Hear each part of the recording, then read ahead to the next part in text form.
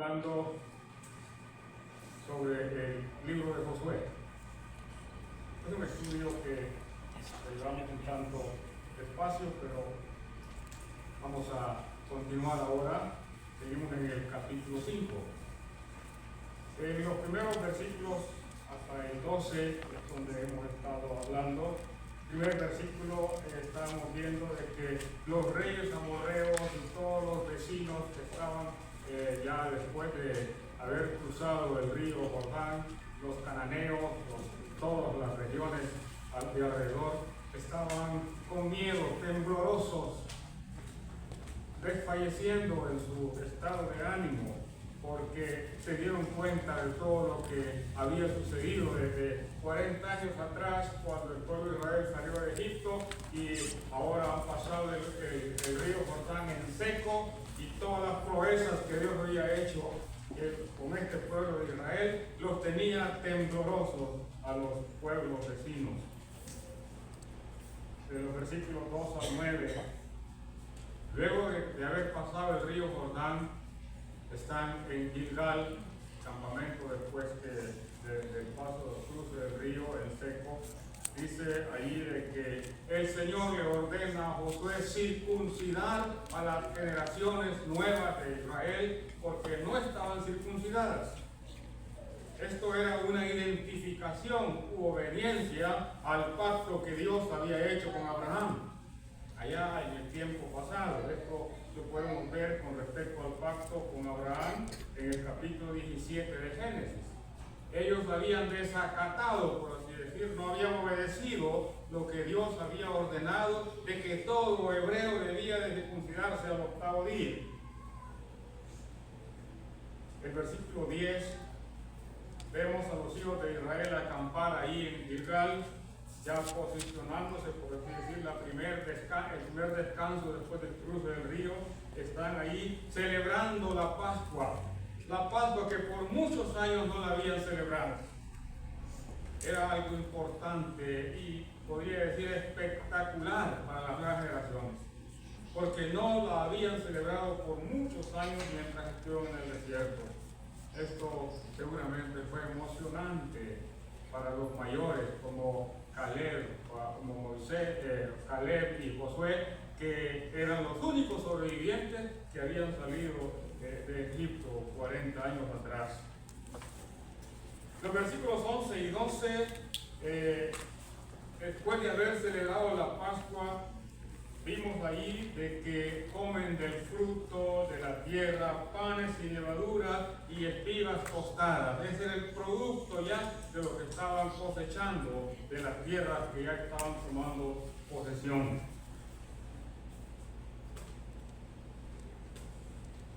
El maná cesó de caer.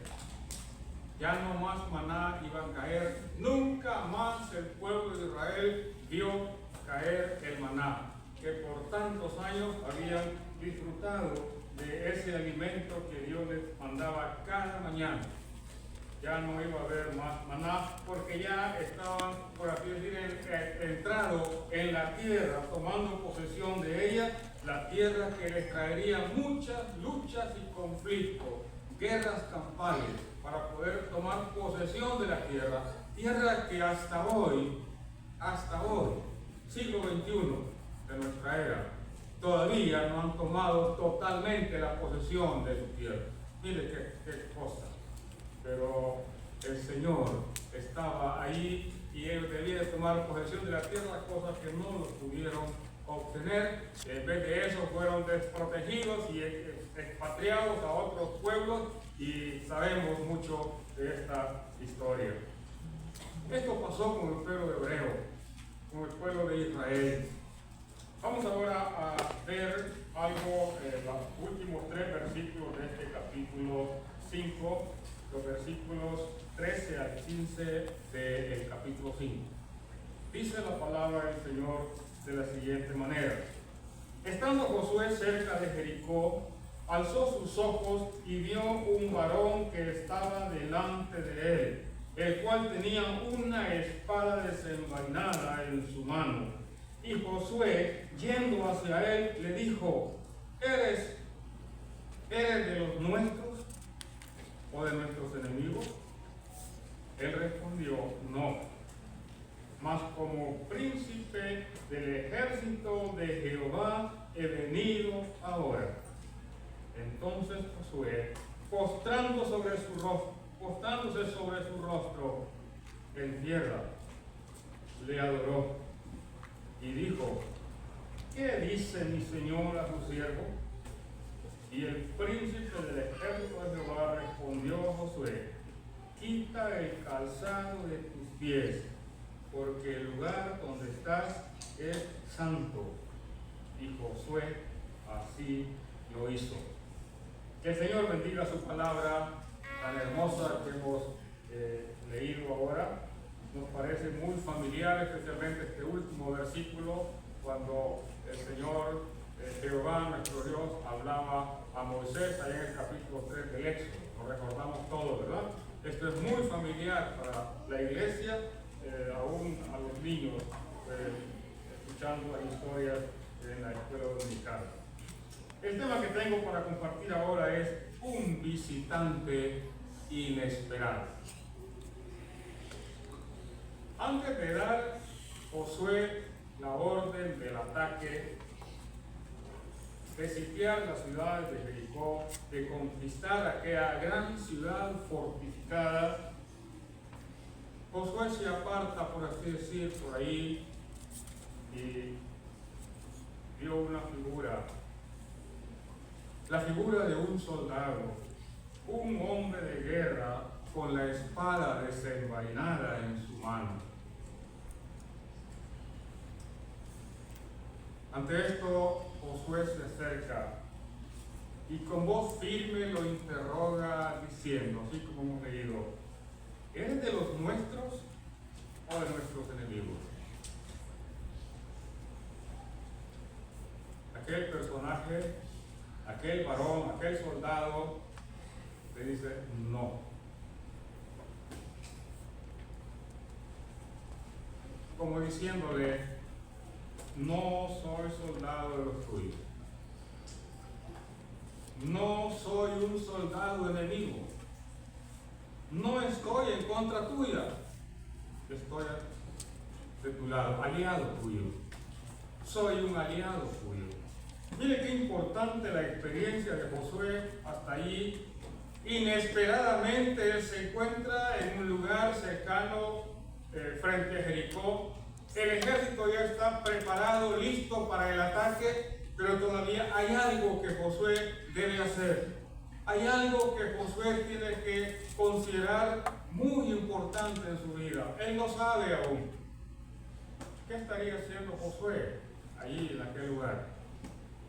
Estaría buscando, diseñando una estrategia militar para la conquista. Estaría meditando en algo en lo que podrían ser las próximas horas, los próximos días. ¿Qué podría estar pensando Josué? Qué importante lo que inmediatamente después de que Josué ve a aquella figura de aquel varón de guerra, un hombre dispuesto para la guerra, porque dice que estaba con una espada desenvainada en su mano. Nos da la idea de que era un soldado listo, preparado para la batalla. Josué debía de hacer algo importante ahí. Una actitud de Josué que nos debe de hacer considerar la importancia de la personalidad de aquel hombre con respecto a Dios. Cuando Josué escucha la voz del varón que le habla, dice que se postró sobre su rostro en tierra, le adoró y le dijo, ¿qué dice mi señor a su siervo? Una gran lección. Maravillosa lección, diríamos, que encontramos aquí en este hombre, Josué. Josué también era un hombre distinguido en Israel. Era el general, por así decir. Era el conquistador el que Dios ha comisionado después de Moisés para que tome posesión de la tierra. Así que Dios está capacitando a Josué durante toda la travesía. Luego de que Josué ya no está en escena, Dios se encarga de utilizar a este hombre y lo prepara y le dice, aun cuando Josué tiene temor, preocupación en su momento, pero el Señor le dice, he aquí, yo estoy contigo, así como estuve con Moisés, así estaré contigo. Y en esto Josué descansaba, porque le caracterizó a Josué la obediencia, el acatamiento de la palabra de Dios. Cuando Dios le hablaba, Josué estaba atento, escuchando y dispuesto a obedecer. Ahora vemos una actitud muy importante, solemne actitud. ¿Qué actitud toma Josué acá? Bueno, diríamos, es una actitud de humillación. Josué reconoce que es él, el que está frente a él es el Señor. Lo reconoce, lo entiende, lo comprende, lo asimila. Josué se arrodilla y se dobla a su rostro en tierra para adorar, poniendo su rostro en tierra, adorando al Señor, así como él lo ha comprendido. Josué se dispone a la voluntad de aquel varón. Esta es una actitud de humillación, una actitud de reconocimiento, una actitud de adoración y una actitud de sometimiento.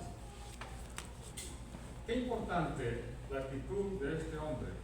Mis hermanos, si este personaje hubiese sido un varón cualquiera, un ángel cualquiera, de las huestes celestiales que haya venido ahí como un enviado de Dios, y al momento de que Josué se postra sobre su rostro y le adora, ¿creen ustedes de que este ser hubiese aceptado la adoración de Josué? Seguramente que no, porque ningún ángel iba a aceptar la adoración de un siervo de Dios, porque no merece, no es digno de la adoración, porque solo Dios es el digno de adorar por todas las gentes. Y Josué se postra sobre su rostro y le adora. Este hombre, este ser, es lo que los teólogos llaman a esto una teofanía.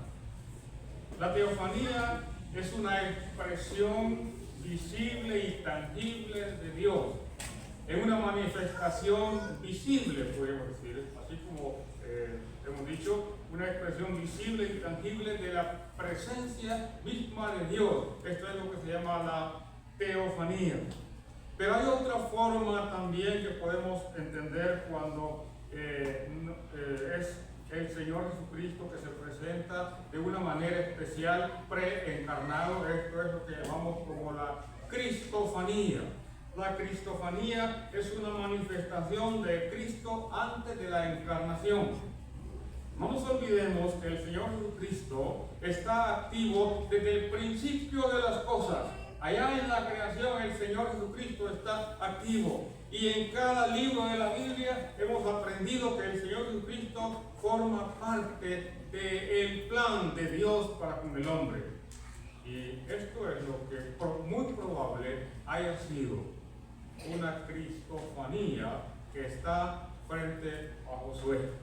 Y siéndolo así, iba a recibir la adoración, la inclinación, la reverencia de un hombre como Josué.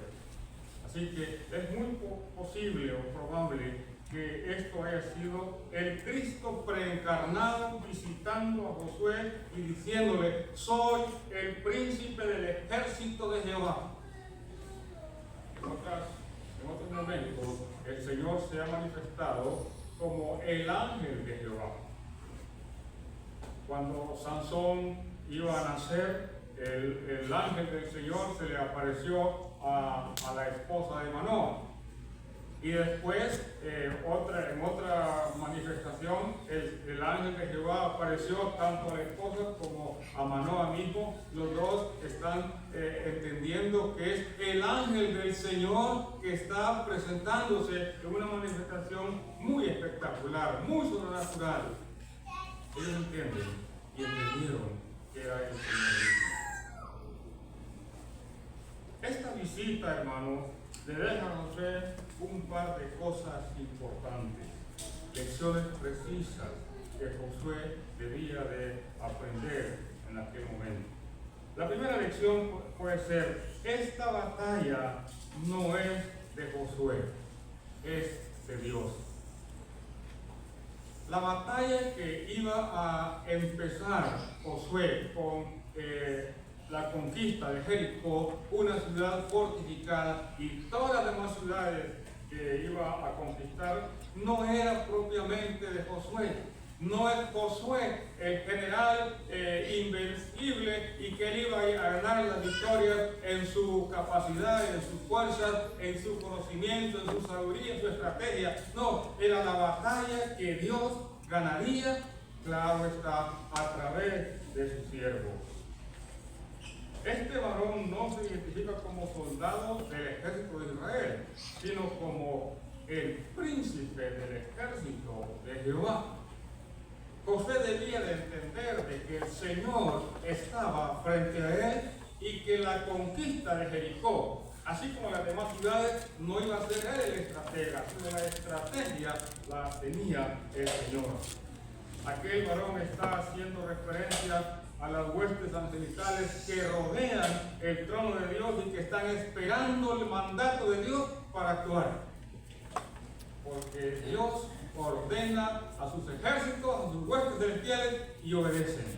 Porque las huestes celestiales están al mando del Señor. Cuando Dios dicta el mando de las huestes angélicas, ellos entran en acción. En el Antiguo Testamento, hermanos, tenemos historias, tenemos evidencia de manifestaciones de las huestes celestiales que fueron vistas de alguna manera haciendo una labor. Hay varias historias bíblicas que nos manifiestan la presencia de ejércitos celestiales, de varones de Dios, ángeles que van a una misión. Tal fue, voy a mencionar unas dos. Tal fue el caso del siervo de Eliseo. En su momento, cuando el ejército sirio estaba rodeando a Eliseo, dice la palabra del Señor que Eliseo visualizó ejércitos a su alrededor, huestes angelicales que estaban para defender. Pero el siervo no miraba esto, no entendía, está tembloroso, está preocupado, está con miedo. Pero Eliseo oró al Señor para que sus ojos, los ojos del siervo, fuesen abiertos. Ahí en el segundo libro de Reyes, el capítulo 6, verso 17, dice: y oró Eliseo y dijo: te ruego, Jehová, que abra sus ojos para que vea. Entonces Jehová abrió los ojos del criado y miró, y aquí que el monte estaba lleno de gente de a caballo y de carros de fuego alrededor de Eliseo. El siervo de Eliseo se enteró, se dio cuenta, evidenció que la presencia del Señor estaba allí al ver aquellas huestes de soldados del ejército, de gente de a caballo y carros de fuego alrededor de Eliseo, porque estaba a su defensa. Recordamos cuando el Señor Jesucristo fue apresado, el Señor le dijo a Pedro: ¿acaso piensas que no puedo ahora orar a mi Padre y que Él no me daría más de 12 legiones de ángeles para que vinieran indudablemente a su defensa? El Señor dice: puedo hablar a mi Padre, puedo orar a mi Padre, y seguro mi Padre enviará por lo menos 12 legiones de ángeles para que me rescaten. No era el propósito rescatarlo, pero el Señor lo podía hacer. En este caso, el Señor está frente a Josué. Y el Señor dice, no serán ustedes con sus espadas, no serán ustedes con su estrategia, no serás tú, Josué, con tus fuerzas, no serás tú, Josué, con tus medios. No podrán derrotar a Jericó, no podrán tomar ninguna ciudad, yo lo haré. Esto es lo que, entre otras cosas, entre otras palabras, el Señor está diciendo. En la vida secular también han pasado cosas similares. Estaba leyendo la historia de un matrimonio misionero que desde muy jóvenes, estos son el señor John Gibson Patton, un misionero que decidió con su esposa desde muy jóvenes ir a trabajar a la obra misionera a las islas Vanuatu. Esto está al noroeste de Australia, en el Pacífico. Islas habitadas por caníbales. En su iglesia, cuando estaba en la despedida y todo lo que, la emoción de que estaba saliendo estos jóvenes a la obra misionera, alguien le dijo, mira, serán comidos por caníbales. Porque se habían enterado que una pareja de misioneros, años atrás, habían sido llevados con esa suerte. Habían sido comidos por los caníbales. El joven misionero contestó, si puedo vivir y morir sirviendo y honrando al Señor, no me importa si me comen los gusanos o los caníbales. Y en el gran día de resurrección, mi cuerpo se levantará tan justo como el suyo, a la semejanza de mi Redentor. Fueron las palabras de este joven misionero. Bueno, no los paró lo que le dijo a la persona de que los iban a comer los caníbales. Emprendieron su viaje. Llegando a la isla, en la primera noche acamparon en la playa y oraron al Señor para que fuesen guardados y protegidos mientras ellos dormían aquella noche. No pasó nada aquella noche. Sucedió que a la mañana empezaron a visualizar los nativos y a querer introducirse y empezar su trabajo, y claro, el temor invadiéndoles indudablemente. Después de unos meses podían hablar la lengua de los nativos de aquel lugar. Después de un año de arduo trabajo comenzaron a haber personas que se convertían al Señor. Y cosa impresionante, uno de los jefes de la tribu se convirtió al Señor.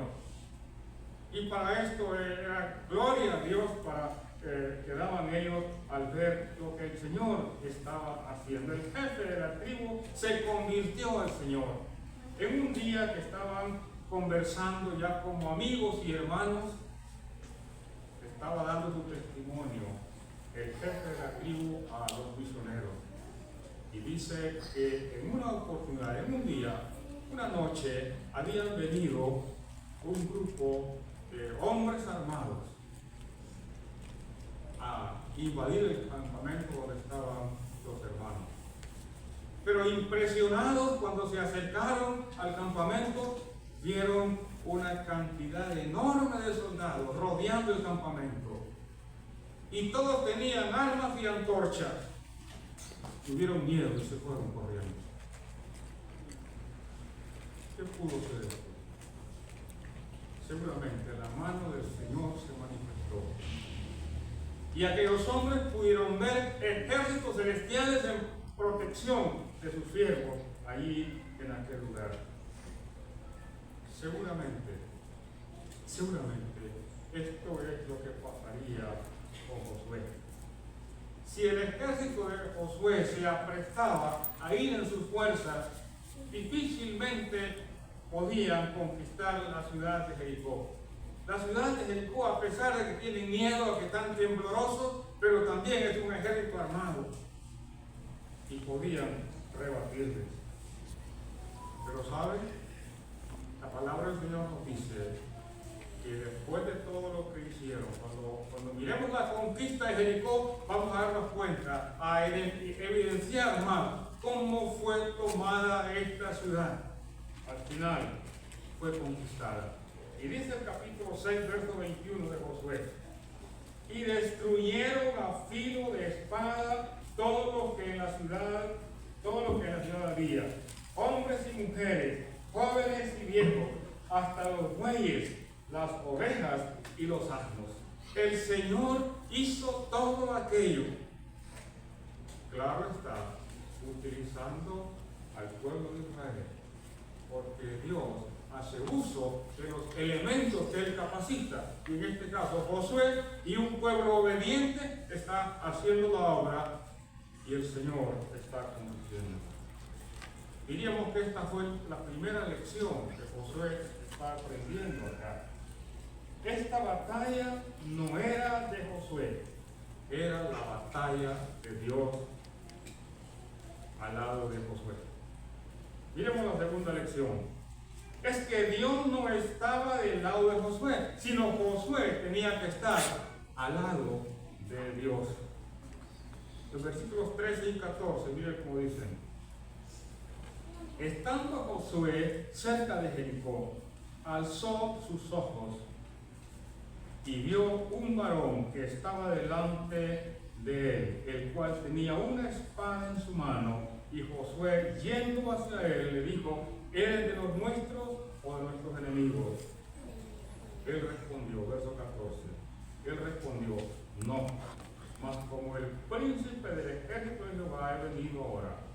Entonces Josué, postrándose sobre su rostro en tierra, le adoró y le dijo: ¿qué dice mi señor a su siervo? La respuesta del varón de Dios puede traducirse como: no, de ninguna manera. No soy de los tuyos, pero estoy aliado, soy aliado tuyo. No soy soldado tuyo, pero estoy en ayuda tuya. Una gran lección para Josué, mis hermanos. Podía pensar Josué que en su fuerza y estrategia de conquistador para hacer la avanzada hacia Jericó podía llevarse a cabo. Era un ejército grande el pueblo de Israel, pero eran más poderosos en armas, en instrumentos de guerra, los de la ciudad de Jericó. Pero el Señor era el que iba a ganar la batalla en ayuda a Josué. Mis hermanos, nosotros muchas veces hacemos planes. Nosotros hacemos estructuras, hacemos planificaciones, hacemos cosas, voy a hacer esto, voy a hacer allá, voy a hacer otro, voy a hacer este negocio, me voy para allá. Un montón de cosas que nosotros pensamos que podemos hacer y que las vamos a hacer. Y después de que hemos planificado todo, decimos: Señor, ayúdanos porque cuento contigo. ¿Por qué no orar antes? ¿Por qué no buscar la presencia del Señor antes? Antes de sentarnos a planificar, oramos al Señor pidiendo su ayuda, pidiendo su dirección, sabiduría, cómo poder hacer aquello. Nosotros tenemos la tendencia de buscar a Dios y ponerlo a nuestro lado. No es esa la forma como Dios nos enseña. Es Dios, somos nosotros que tenemos que ponerlo al lado de Dios. Nosotros hacemos nuestro plan y después incluimos al Señor en nuestro plan. Nosotros hacemos el programa y luego decimos: Dios, queremos contar con tu ayuda. Y parece que esto suena muy espiritual, porque yo cuento con la ayuda de Dios. Yo cuento con que he planificado y, Señor, ayúdame, lo pongo del lado mío. Pero yo no me pongo al lado de Dios. Mis hermanos, para Josué no sería así. Josué debía seguir obedeciendo al Señor, escuchar la voz de Dios, escuchar la estrategia que Dios tenía para tomar la ciudad de Jericó y continuar, obedecer. Y lógicamente el plan de Dios iba a llevarse a cabo en la mente de Josué. Era ilógico pensar humanamente de que lo que Dios estaba diciéndole a Josué, la forma como podían tomar la ciudad, se iba a llevar a cabo. No es posible esto.